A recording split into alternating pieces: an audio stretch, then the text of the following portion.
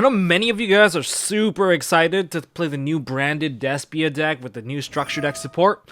Me too. I'm super excited to expose all of its weaknesses right off the bat, so no one will be taken by surprise by this deck.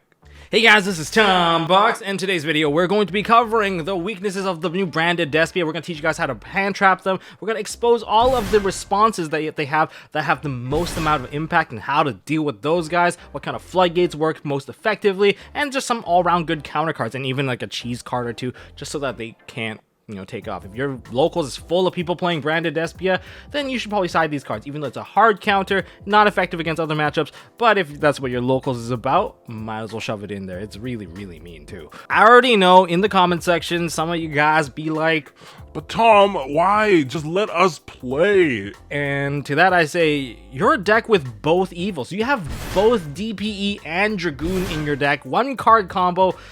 If you're gonna be hitting the ground running, I think all of us should hit the ground running with you, so we'll know how to hand trap you. And you guys should all still probably watch this video anyway, so you know how people will hand trap you in the future and how some of these things will interact with your deck. Alright? Anyways, make sure you guys smash a thumbs up button, hit subscribe, ding the notification bell, and don't forget to check out MSTmerch.com to support the channel, get some new merch, and let's get to this.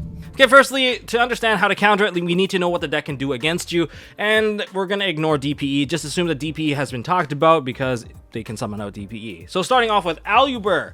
Aluber in the graveyard does come back and negates one of your monsters, and it's pretty free. As long as you have to be careful when you remove a fusion monster off of the field with a card effect, or if you destroy it by battle, this will come out and negate one of your monsters, okay? So this is something to be careful of the grave trigger. Super Poly in the back row. There's nothing you can do about it. Imperial Order has been banned to make this deck even stronger, so yeah, there's that apparently. And because Super Poly is here, you don't know what monsters they're going to summon out. And after they get the removal of your monster, they're going to summon, of course, a monster with a pretty good follow-up. So that's probably one of the hardest things to counter. For sure, it's going to be the Super Poly. Red Eyes Dark Dragoon is only an Omni Negate, so nothing really to worry about unless your deck cannot deal with Beat Sticks and an Omni Negate that is, well, untargetable. It's going to be a pretty tough job. That's why you're probably going to need stuff like Droplet, Dark Ruler, and more. Luckily, this is a monster that does get summoned right onto the board. Branded Opening. Their search/summon card that can be activated in the draw phase completely dodges Droll and Lockbird because everything's happening basically during draw phase where Droll cannot activate. What a great card. But on top of that, you have to pay attention of when it's in the graveyard because it can be a destruction substitute whenever you try to destroy a fusion monster with a card effect. So that's something you have to pay attention to just in case you miss out on that card in the graveyard. So fan out your graveyard, guys. And then we have Branded in red. This is a very powerful spell card that is a fusion-based spell that recovers a card from the graveyard and then uses it immediately to perform a fusion summon. Being a quick play spell, again, a card that you can activate right in the draw phase to even dodge Scythe Lock. But, to some degree, I mean, you're still going to get Scythe locked out, but, to some degree, you can still get at least one of your boss monsters out onto the field. That's the one card you have to pay attention to because it leads to two different kinds of monsters, actually potentially even three monsters. But, you get Guardian Chimera, adding back some of the cards, and then fusing them back into the graveyard, and Guardian Chimera is ideal for this because you want cards in your hand to perform the fusion, and it can lead to a draw and pop, or if they go into Mirror Jade, that's going to provide them with a monster banish and potentially a monster wipe. So these are the cards that you have to be very careful about because it does become problematic, and there's a lot of interactions here that's happening. So these are some of the major players. I haven't even talked about Branded Fusion, but that's an opening card. That's not something that they put on your turn, so we'll get into that once we talk about hand traps.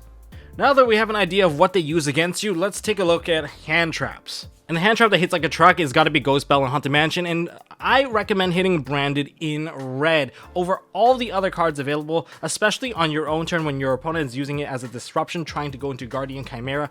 You cut off that entire timeline where they would actually summon out a fusion monster, and you also cut off their ability to add cards if they are going for Despian Tragedy, because if they got Despian Tragedy and they banish it through this effect, it's banished by a card effect, therefore it's going to add additional cards and potentially even chain block some of those fusion monster. You want to hit it early. If it's just so happens that they go for an Albion because they play Branded Fusion or something like that, you can use this to stop a Dragoon from coming out because they can't banish stuff out of the graveyard if you use Ghost Spell, so that's also pretty good.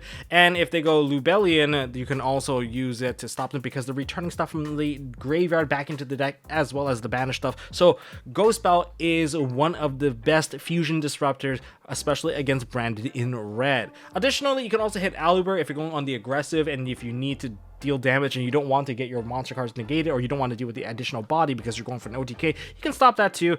And if all else fails, you can stop a Water Enchantress from adding a Rites from Aram Seer back into their hand. Seems like Ghost Spell can put in work for just about anything in the deck. Hand trap number 2, we have Ash. Ash is really effective in this deck, however, there's just so many targets in here and so many things that can bait your Ash.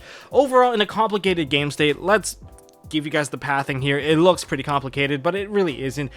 Focus your attention on Branded Fusion. Since Branded Fusion gets to fusion summon out of the deck, essentially it's just a Fusion Destiny for the Despia stuff. In that particular case, what happens when it does resolve? They get Albion, and Albion leads to a Dragoon, and with the Dragoon, you can't play.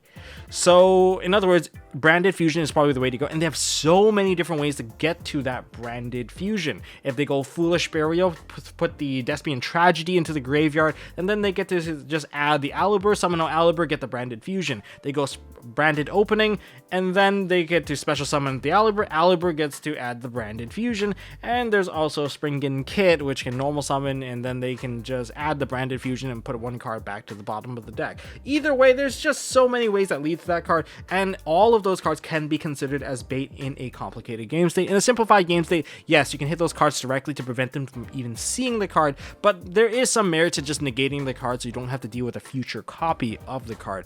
Regardless, you're going to be eating a monster here and there anyway, so yeah, there is that limitation. I mean, Foolish Burial, if it's a simplified game state, yeah, 100% hit that Foolish Burial because that's going to be a Despian Tragedy, and it's going to be your tragedy if they get all the way to the Dragoon or all the way into like a double fusion play. So essentially, that's what you're stopping. Now, on your own turn, you can also stop a card like Guardian Chimera because Guardian Chimera's effect to pop cards, that requires them to draw cards, and therefore Ash Blossom Joy Spring will save you your cards.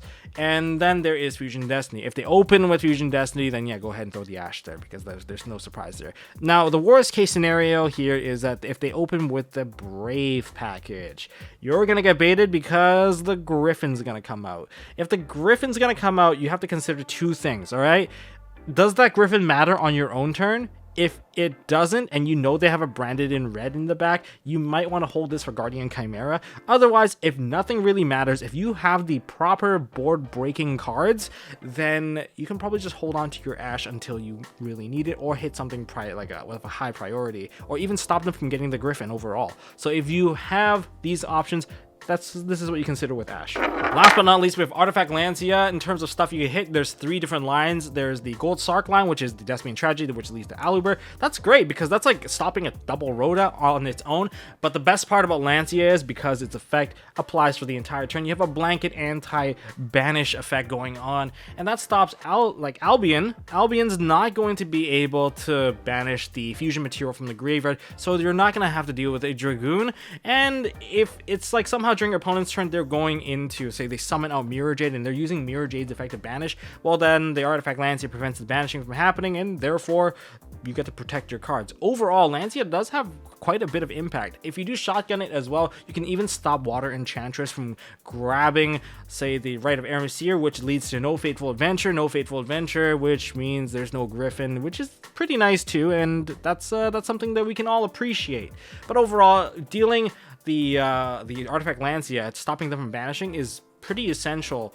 And you can also stop the Branded in red. I kind of forgot to mention here because the Branded in red also requires banishing, so you're probably not going to do it for that because Branded Ren typically would be activated during your turn as a disruption. But if they do happen to open with Branded when they're stuck using it, then that's kind of good news for you because you also stopped a fusion monster from coming up, but they do still get to recover the card. So, you know, there's that going on. But ultimately, Lancia is still pretty good at, well, stopping your opponent from going off with Albion.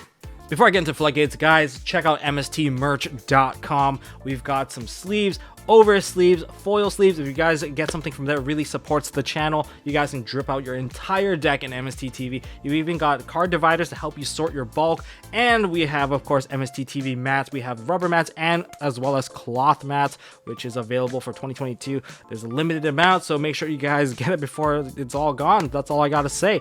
And let's get back into the floodgates. Now we're into floodgates. Floodgates, I got 4 options for you guys, potentially a 5th one. We'll talk about it when we get there. But the first one here is kind of a troll side. But if your locals or wherever that you're playing is full of people planning to play this deck, consider putting 3 copies of non-fusion area in your side deck, because all it says is neither player can fusion summon. So that shuts out their entire win con. So without the win con, I think you have a really good chance of beating them, because they don't really exactly have big monsters in their main deck. And if you summon a bigger beat stick, now you're just playing Unga Bunga Yu-Gi-Oh, which is my favorite kind of Yu-Gi-Oh. Next, Artifact Scythe. If you have the Scythe lock them, obviously, because if they don't have access to their extra deck, there's no threat at all from this deck. And they have a ton of dead cards that say Fusion Summon X, Y, and Z. So Artifact Scythe can completely provide you with a turn skip. And same with Dimensional Barrier. This card is just harder to even stop because it's kind of like cheating at this point, because they play fusions, they can't play fusions, it's game over. They need red reboot to stop this card. That's how gross the D barrier can be, and they're just not really going to finish their board with too much. However, that being said, there is a way out for them, especially against some of these, except for non-fusion area. Non-fusion area, there's like no escape, but Artifact Scythe and D barrier, they can set branded in a red and branded opening to load up their hand and field so that they can provide themselves with the fusions on your turn. That's where you have to be very careful. And on top of that, the last floodgate, we have Rivalry of Warlords. Okay, let's just go over the typing here. So you're forced to monotype, but they play dragons, fairies, warriors, beast, because Guardian Chimera is a beast after all, and they have worm. I believe Mirror Jade is a worm. So there's a huge amount of limitation here. And if you use Rivalry of Warlord, you also shut off their ability to play stuff like Rite of Seer. Well, that depends. If they started their board already, then you got to be careful. You might have to set up a bait, because they can use the Draco back to equip and then bounce your floodgate. So floodgating is a little bit risky in that front, but overall it's still doable. And of course, if they have the Brave engine in there, I'm sorry, this is floodgating might not be enough, but this is usually enough to kind of shut off the branded side of things. For board breaking and trading against disruption, I would not recommend directly trading and build chain links, because they do have an Omni negate with the Dragoon if they built their board. So I'd rather play stuff that cannot be responded to, or stuff that can negate Dragoon at the end, whatever it may be. Like Dark Ruler No More can negate the Dragoon, and then you can follow up with a mass board wipe such as Evenly Match, whereas even if they chain their card, they're still gonna lose it, and it puts them in a really weird spot, because the front row and back row is both getting removed at the exact same time, which is why Evenly Match plus another way to negate Dragoon is one way that I prefer to wipe their board. The other way is to use Super Poly, but be careful with this, because Super Poly can be counter Super Poly'd, as if they leave a board with Albion, with a Dragoon, and they have Ad Libitum or something like that, they have more monsters. What's going to happen is once you fuse away their Dragoon and their other monster, you're going to run into a problem of them counter super polying you back with the remaining monster and your fusion monster. So be very careful when you choose to use super poly, but it's pretty good. I mean, you clear the Dragoon, so maybe if that's the only first opening play, then you can do the proper follow-up play, and hopefully they do not build a board with a counter super poly. Additionally, you can use Forbidden Droplet to turn off the Dragoon along the way, but this one, you probably need to bait the back row first, because if you stop the Dragoon but you still have to eat a Guardian Chimera, you're still probably not going to win that interaction in general. So you have to probably bait some back row first. Back row removal might be useful, Lightning Storm might be useful, just to clear off all the back row just in case there is a super poly. And in that case, you can probably bait them into negating your stuff and then use an Evenly Match to clear the rest of the board. And that's all I got for this video, guys. If you guys enjoyed this video, smash that thumbs up button. Kind of sorry to the branded Despia players, where you guys are going to have a much tougher crowd now, because people will know what to do against you. But guys, I'm helping you. I'm helping you guys become a better version of a Despia player, because your deck isn't solved yet. You guys get to adapt your deck to the meta, and well, that's why you guys are going to be better in the future. At least that's what I like to think about it.